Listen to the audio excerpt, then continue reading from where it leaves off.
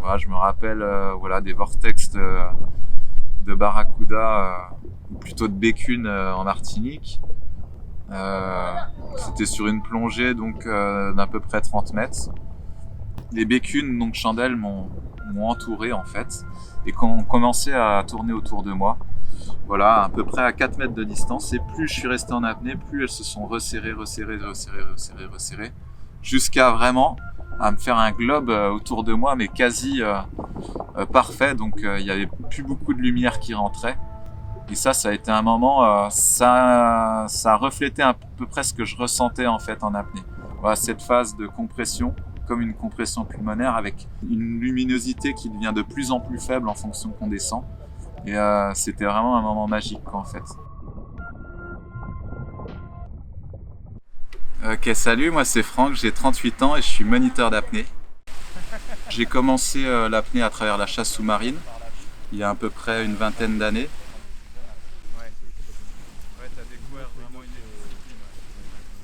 Mais j'avais pas vraiment de formation technique de l'apnée, quoi. C'est-à-dire que voilà, on chassait juste pour aller chercher le poisson sans forcément de sécurité ni de technique particulière, quoi.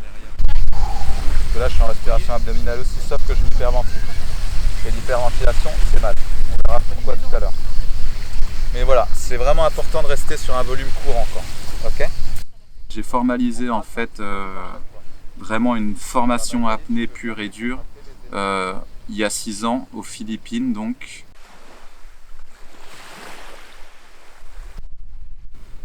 Voilà, la discipline de l'apnée m'a plu en tant que telle, et du coup j'ai continué, donc j'ai lâché un peu la chasse et j'ai continué vraiment que sur l'apnée. Alors j'ai ouvert mon école d'apnée il y a 3 ans à Saint-Mandrier-sur-Mer. La philosophie, c'est de proposer donc des prestations de qualité, tant au niveau voilà, de l'environnement matériel, qui assure une certaine sécurité aux élèves, qu'au niveau connaissance. L'objectif de se former, c'est d'être formé d'abord à la sécurité. Ma main, j'étais comme ça. Tu vois, j'ai pris ma maman en étau. Tu vois, tu peux même supporter son dos avec ton avant-bras en fait. Voilà. Toujours plonger à deux, etc. Comment savoir récupérer quelqu'un qui fait un malaise dans l'eau. On voit un peu un tas de choses. Et à chaque niveau correspond des standards de sécurité. Voilà, on a un masque bien serré. Oula, aïe aïe aïe aïe. Voilà, elle a perdu ses 2 yeux, c'est pas grave. Oh, moi je suis réveillée là. Ouais. Donc là tu as remis un peu d'eau dans les yeux, c'est pas grave. De toute façon elle a plus d'œil normalement déjà. On s'en fout. C'est bon ? Bon voilà, on a tué la victime, c'est bon. Le job est fait. Ok, cool. Bon bah allez, bien joué, super, les filles, vous avez assuré. Top. Allez. Les formations à l'école, donc elles partent du niveau débutant jusqu'au niveau expert. On les fait avec une organisation, donc AIDA, qui est assez reconnue dans l'apnée au niveau international, et aussi la FFESSM, donc qui est la Fédération française des sports sous-marins. Tous vos palmes, vos masques et vos tubas en visuel. C'est bon ? C'est top. Allez, c'est parti. On a plusieurs niveaux de formation, de 1 à 4, et globalement ça va de 10 à 40 mètres. Aujourd'hui, destination 2 frères. Qui ne connaît pas les 2 frères ? Ouais. On connaît PNL. PNL. 2 frères, parce que c'est. Ah ouais, d'accord. Ah, je connais pas. Hein. Désolé. Alors, une fois qu'on a atteint ce niveau de formation, ensuite, les apnéistes sont autonomes, donc ça fonctionne comme des niveaux de plongée en fait. On peut revenir pour des plongées à la carte dès le premier niveau. Donc voilà, pour justement faire des explorations, faire des croisières, de la danse subaquatique, ce que vous voulez. Mais voilà, faut être à minima formé aux techniques basiques de l'apnée.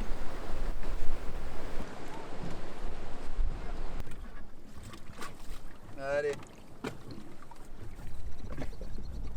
Voilà. Ça c'est pour Guilhem et moi. Ouais. tranquille. Vous serez en autonomie donc sur la première bouée.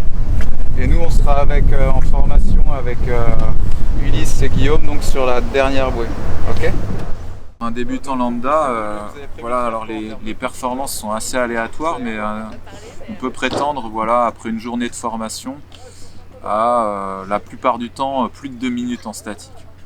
Voilà, pour beaucoup de monde, ce sera même plus de 2 minutes 30, 3 minutes pour certains, 4 minutes pour d'autres, mais bon, la plupart du temps, on est au-delà des 2 minutes en apnée statique, donc la discipline où on se laisse flotter à la surface de l'eau sans respirer. Ensuite, pour l'apnée dynamique, c'est un peu plus dur à quantifier, mais on est au-delà des 30 mètres en général. Et pour l'apnée en profondeur, ça dépend beaucoup, là, en revanche, de la physiologie de l'oreille. Est-ce que nos oreilles vont passer ou pas? Donc c'est le but aussi de la formation, mais des fois on a affaire à des vrais blocages pour à peu près 5 à 10% des élèves. Donc là, les progressions seront plus lentes, mais on peut estimer que la plupart des gens vont aller à 10 mètres dès le premier cours.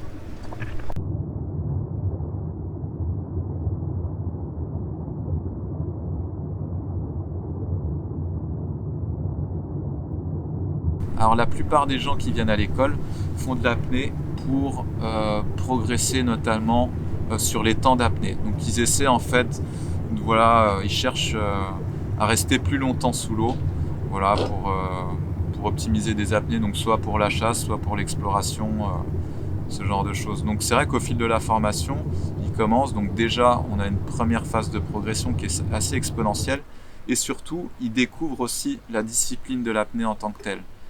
Et souvent, ils continuent l'apnée parce que ça leur procure un bien-être, plus de bien-être qu'on n'a pas forcément en exploration et en chasse sous-marine par exemple, parce que l'apnée en fait, on est sous une forme de...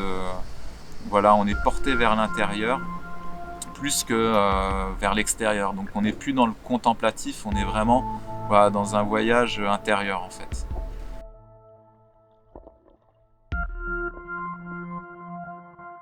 C'est dans ce sens-là que la discipline devient intéressante en fait.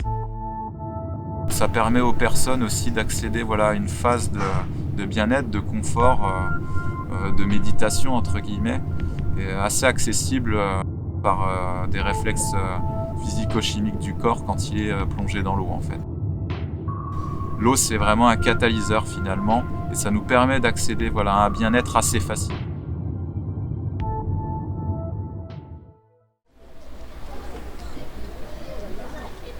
Mais ouais, c'est à peu près ça quoi.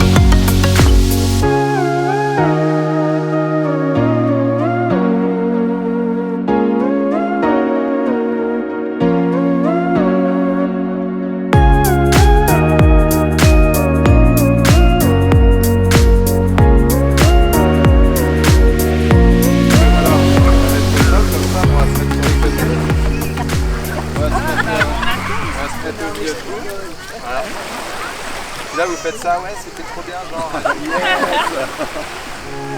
Yes.